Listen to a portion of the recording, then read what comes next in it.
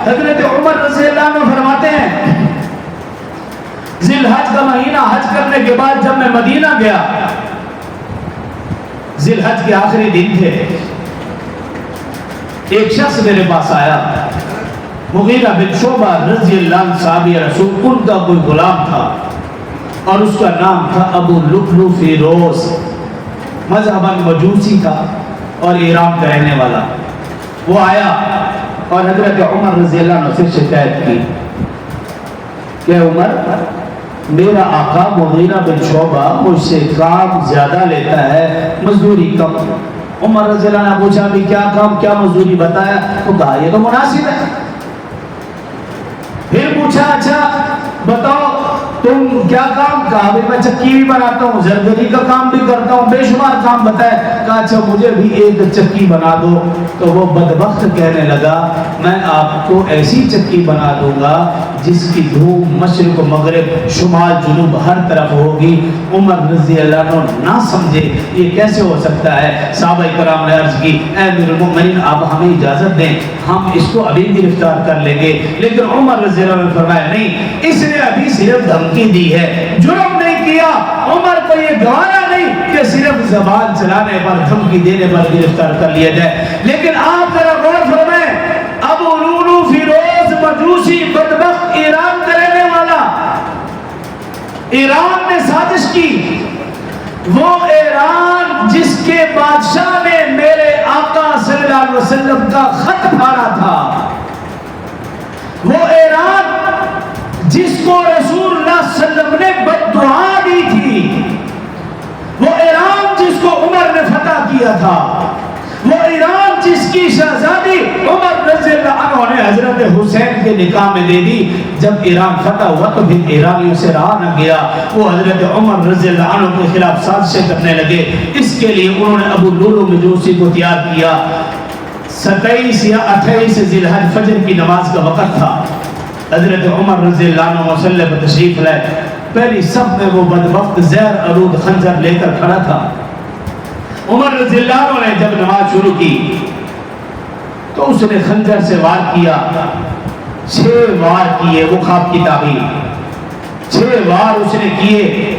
حضرت عمر رضی اللہ عنہ تڑپتے ہوئے بے ہوش ہو کر زمین پر گرے، فوراً پیچھے کھڑے عبد الرحمن بن عوف کو اشارہ کیا نماز پوری کرنے کے لیے۔ اب یہ بدبخت پیچھے بھاگ رہا ہے، صحابہ کرام رضوان اللہ علیہم اجمعین مل مل کر کھڑے، لمبی صفیں ہیں، وہ نکل نہیں پا رہا۔ جاتے جاتے 70 صحابہ کرام کے اوپر اس نے وار کیا، جن میں سے 7 صحابہ کرام رضوان اللہ علیہم اجمعین بھی شہید ہوئے۔ لیکن وہ بھاگتا رہا، کوشش کرتا رہا۔ عبد الرحمن بن عوف رضی اللہ عنہ نے تلاوت چھوٹی کر دی، جب تک وہ آخر میں پہنچا، نماز مکمل ہوگی، آخری صف کے صحابہ میں سے کسی صحابی آگے بڑھا، اپنی چادر اس کے اوپر ڈالی اور اس کو پکڑ لیا۔ اس بدبخت نے دیکھا کہ اب تو میری سازش بلکہ پورے ملک کی سازش لوگوں کے سامنے آئے گی۔ اس بدبخت نے اپنے آپ کو خنجر مار دیا تاکہ کسی کو معلوم نہ ہو سکے۔ لیکن قیامت تک آنے والے مسلمان جانتے ہیں جو لوگ اپنے آپ کو خنجر مارتے رہیں گے یہی عمر کے دشمن ہیں، اس کی پہچان اللہ نے کروا دی ہے۔ تو اس لیے عمر رضی اللہ عنہ ان کی شہادت بے مثل و بے مثال۔ اور پھر جب خنجر مارا، عمر رضی اللہ عنہ نے سب سے پہلے جو سوال کیا یہی مجھے بتاؤ میرا قاتل کون ہے۔ بتایا گیا کہ آپ کا قاتل ابو لؤلؤ فیروز۔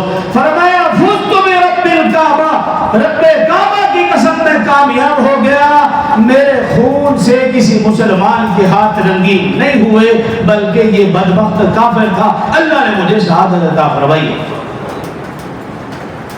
لیکن افسوس اس وقت ہوتا ہے وہ بدبخت جس نے عمر رضی اللہ عنہ جیسی عظیم ہستی کو شہید کیا، پھر ایرانیوں نے اس کی میت کو وہاں سے نکالا، اور آج یہاں سے جانے کے بعد اپنا موبائل کھولے اور آپ لکھ کر دیکھیں ابو لؤلؤ فیروز مجوسی، آپ یہ دیکھ کر حیران ہوں گے، ایرانی حکومت نے اس کا وہاں بہت بڑا مزار بنا رکھا ہے اور اس کو اپنی طرف سے تمغہ شجاعت دے رکھا ہے، اور آپ کو نیٹ پر لکھا ہوا نظر آئے گا بابا شجاع بزرگ، اور پھر ہم سے توقع رکھیں کہ ہم اس کی حمایت کریں۔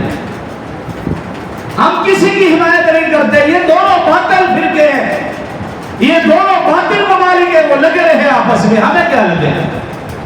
ہمیں صرف اپنا ایمان بچانا ہے، اپنے ایمان کی فکر کرنی ہے، اپنے اولاد کی ایمان کی فکر کرنی ہے، بس۔ حضرت عمر رضی اللہ عنہ نے عبداللہ بن عمر اپنے بیٹے کو بلایا اور وصیت کی، اے بیٹے حضرت عائشہ اما عائشہ کے پاس جاؤ اور انہیں جا کر کہو عمر اپنے محبوب حضرت محمد صلی اللہ علیہ وسلم کا قبر میں پڑوس چاہتا ہے۔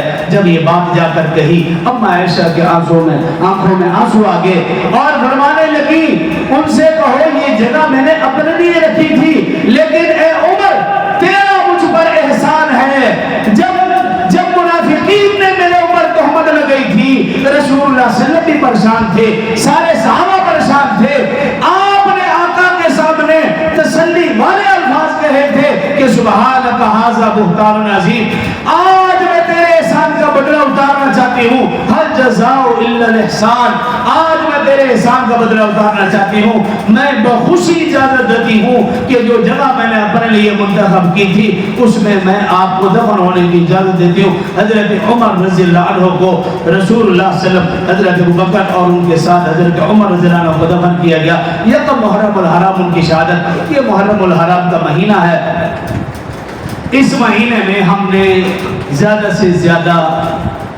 سنتوں کی طرف جانا ہے اور بدعات سے بچنا ہے۔ یہ جتنا فضیلت والا مہینہ ہے اتنا ہمیں محتاط رویہ اختیار کرنا ہوگا، اپنے لباس میں بھی محتاط رہیں، اپنی پہچان اپنی شناخت مت بھولیے، کسی کو دیکھ کر اپنے گال لال نہ کریں، اپنا لباس نہ بدلیں، جو آقا صلی اللہ علیہ وسلم اللہ کے رسول کا صحابہ کا پسندیدہ لباس ہے وہی استعمال فرمائیں۔